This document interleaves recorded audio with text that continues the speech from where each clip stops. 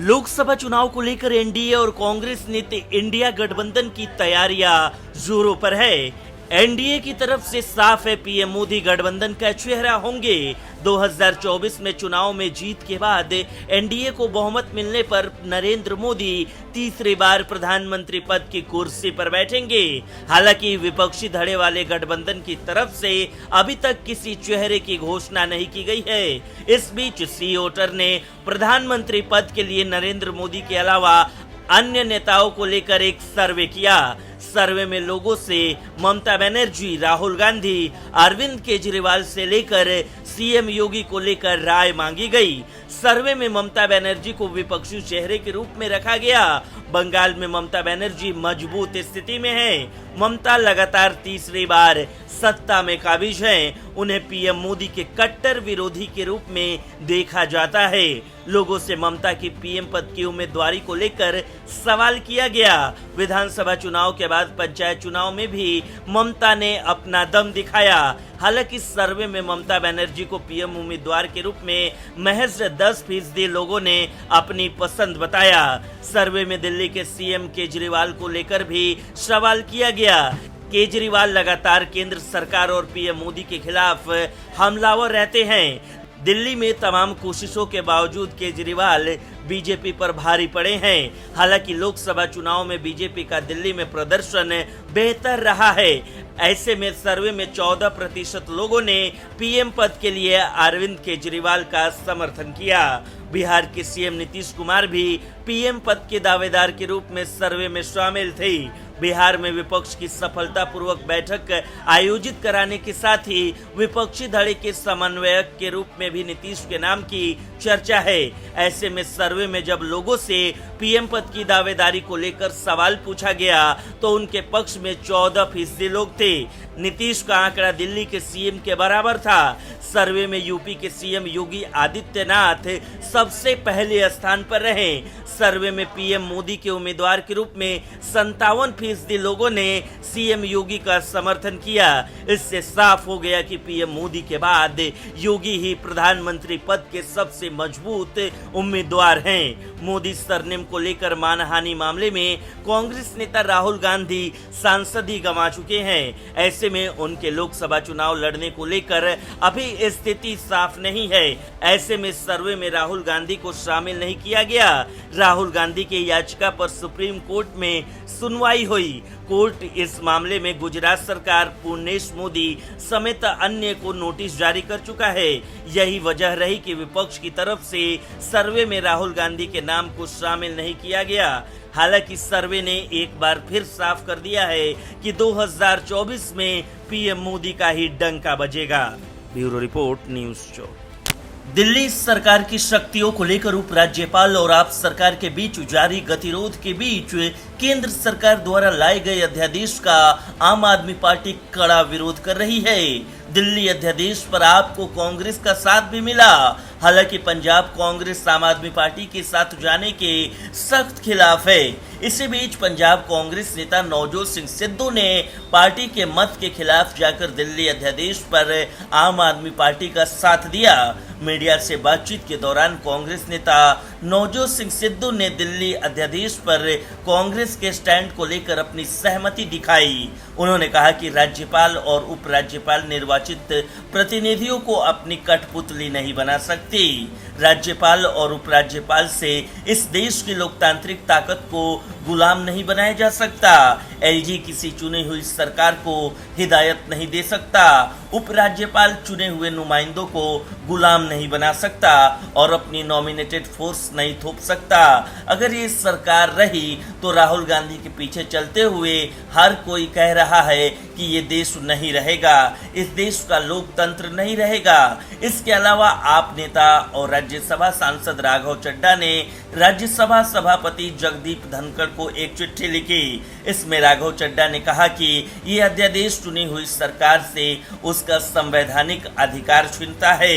ये नाजायज, अनुचित और अस्वीकार्य है।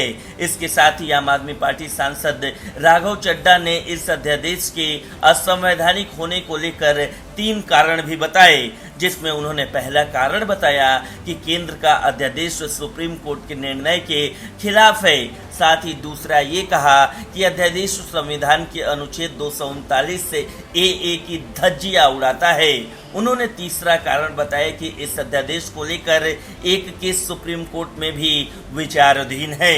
इस मसले को संविधान पीठ को विचार के लिए सौंप दिया गया। आप सांसद राघव चड्ढा ने कहा कि अध्यादेश को सुप्रीम कोर्ट में चुनौती दी गई है, जिसने 20 जुलाई 2023 के अपने आदेश के जरिए इस सवाल को संविधान पीठ को भेजा है। ब्यूरो रिपोर्ट, न्यूज़ चौक। 2024 चुनाव से पहले विपक्षी खेमे की दूसरी बैठक बेंगलुरु में हुई। उम्मीद थी कि बिहार के सीएम नीतीश कुमार को कोई बड़ी जिम्मेदारी दी जाएगी, लेकिन इसके उलट बेंगलुरु की सड़कों पर नीतीश कुमार को परेशान करने वाले पोस्टर लगे और बाद में उन्हें विपक्षी खेमे का राष्ट्रीय संयोजक भी नहीं बनाया गया। बीजेपी और उनके समर्थकों के मुताबिक इससे नाराज नीतीश कुमार पटना लौट आए। विपक्षी एकता को चोट न पहुंचे, इसे देखते हुए विपक्षी दलों के साथ साथ स्वयं नीतीश कुमार भी अपनी वापसी पर सफाई दे चुके हैं। लेकिन कहा जा रहा है कि बेंगलुरु की सड़कों पर लगे नीतीश कुमार विरोधी पोस्टर अनायास नहीं थे। बीजेपी नेताओं के मुताबिक ये कांग्रेस का तरीका था, जिसके माध्यम से नीतीश कुमार को बता दिया गया कि वो उन पर आंख बंद करके विश्वास करने के लिए तैयार नहीं है। ऐसा इसलिए क्योंकि कांग्रेस नेतृत्व उनकी भाजपाई खेमे से दूसरे चैनल से हो रही बातचीत से पूरी तरह वाकिफ भी है और सतर्क भी है। पटना के बाद बेंगलुरु की बैठक में भी उन्हें इंडिया के राष्ट्रीय संयोजक के तौर पर जगह न मिलना भी ये बताता है कि इंडिया में उनकी भूमिका सीमित रहने वाली है। इन आशंकाओं में कितना दम है कि नीतीश कुमार एक बार फिर एनडीए खेमे में पलटी मार सकते हैं? कांग्रेस के मुताबिक ये भाजपाई प्रचार तंत्र की रणनीति का हिस्सा है, जिसका उद्देश्य बिहार में अपनी कमजोर रणनीति को मजबूत करना या विपक्ष में फूट डालने की कोशिश है। एनडीए के एक नेता के मुताबिक प्रधानमंत्री नरेंद्र मोदी अभी भी नीतीश कुमार को लेकर नरम हैं, लेकिन गृह मंत्री और बीजेपी के रणनीतिकार अमित शाह अब नीतीश कुमार की राजनीति को बिहार में परास्त करने पर आमाद हैं। वहीं राज्यसभा में नीतीश खेमे के हरिवंश उप सभापति बने हुए हैं। उन्हें प्रधानमंत्री नरेंद्र मोदी और नीतीश कुमार के बीच संवाद की एक कड़ी के रूप में देखा जाता है। यही कारण है कि जब विपक्षी एकता की बैठकों के बीच 3 जुलाई को हरिवंश के नीतीश कुमार से मुलाकात हुई तो अफवाहों का बाजार गर्म हो गया। जेडीयू की ओर से कहा गया कि नीतीश कुमार सभी विधायकों सांसदों से मुलाकात कर रहे थे और इसी क्रम में पार्टी के सांसद होने के नाते हरिवंश की नीतीश कुमार से मुलाकात हुई। माना जा रहा है कि इस मुलाकात ने नीतीश और एनडीए के तार फिर से जुड़ने की अटकलों को जन्म दिया। हालांकि दोनों ने ही इसे सामान्य शिष्टाचार भेंट बताया। वहीं अभी तक बीजेपी का साफ कहना है कि नीतीश की एनडीए में वापसी नहीं हो सकती, लेकिन सियासी गणित को देखते हुए बीजेपी उन्हें मना भी नहीं कर सकती और पलटने में माहिर नीतीश कब बड़े खेल कर दे, इस बात से भी इनकार नहीं किया जा सकता। ब्यूरो रिपोर्ट, न्यूज़ चौक। दिल्ली के सीएम अरविंद केजरीवाल इन दिनों चारों ओर से घिरे हुए हैं। पहले ही दिल्ली अध्यादेश को लेकर केजरीवाल और केंद्र सरकार आमने सामने हैं। इस बीच अब केजरीवाल को सुप्रीम कोर्ट ने जमकर फटकारा। कोर्ट ने ये फटकार दिल्ली मेरठ रैपिड रेल परियोजना मामले में लगाई है। प्रोजेक्ट में देरी और परियोजना के लिए अपने हिस्से का धन उपलब्ध नहीं कराने पर नाराजगी सुप्रीम कोर्ट ने जाहिर की। सुप्रीम कोर्ट में सुनवाई के दौरान जस्टिस संजय किशन कौल और जस्टिस सुधांशु धुलिया की बेंच ने कहा कि आम आदमी पार्टी सरकार अगर 3 सालों में विज्ञापन के लिए 1100 करोड़ रुपए आवंटित कर सकती है तो उसे बुनियादी ढांचा परियोजना के लिए भी धन आवंटित करने में सक्षम होना चाहिए। इसके साथ ही बेंच ने केजरीवाल सरकार को 2 महीने के अंदर RRTS परियोजना के लिए बचे पैसे का भुगतान करने के निर्देश दिए। हालांकि अब सुप्रीम कोर्ट की फटकार के बाद दिल्ली सरकार अपने हिस्से का फंड जारी करने को तैयार हो गई। गौरतलब है कि Delhi Meerut regional rapid transit system Delhi Ghaziabad और मेरठ को जोड़ने वाला एक semi high speed rail corridor है।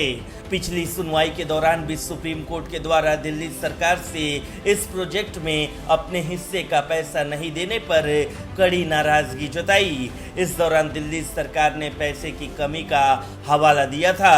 इसके बाद कोर्ट ने केजरीवाल सरकार से पिछले 3 सालों में विज्ञापनों पर खर्च किए गए राशि का ब्यौरा भी मांगा था। सुनवाई के दौरान दिल्ली सरकार ने सुप्रीम कोर्ट में हलफनामा दाखिल कर बताया कि 2020 से 2023 तक विज्ञापन के लिए उसने 1073 करोड़ रुपए खर्च किए। सरकार ने विज्ञापनों पर साल 2020-21 में 296.89 करोड़, 2021-22 में 579.91 करोड़ और 2022-23 में 196.36 करोड़ रुपए खर्च किया। साथ ही सरकार ने अपने खर्च का बचाव करते हुए ये भी दलील दी कि सरकार नीतियों के प्रचार के लिए ये खर्च वाजिब और किफायती है। ये खर्च किसी भी तरह से दूसरे राज्यों के प्रचार से ज्यादा नहीं है। हालांकि अब सुप्रीम कोर्ट के आदेश के बाद दिल्ली सरकार को Delhi Meerut regional rapid transport system project में अपने हिस्से का 415 करोड़ रुपए 2 महीने के भीतर देने होंगे। ब्यूरो रिपोर्ट, न्यूज़ चौक।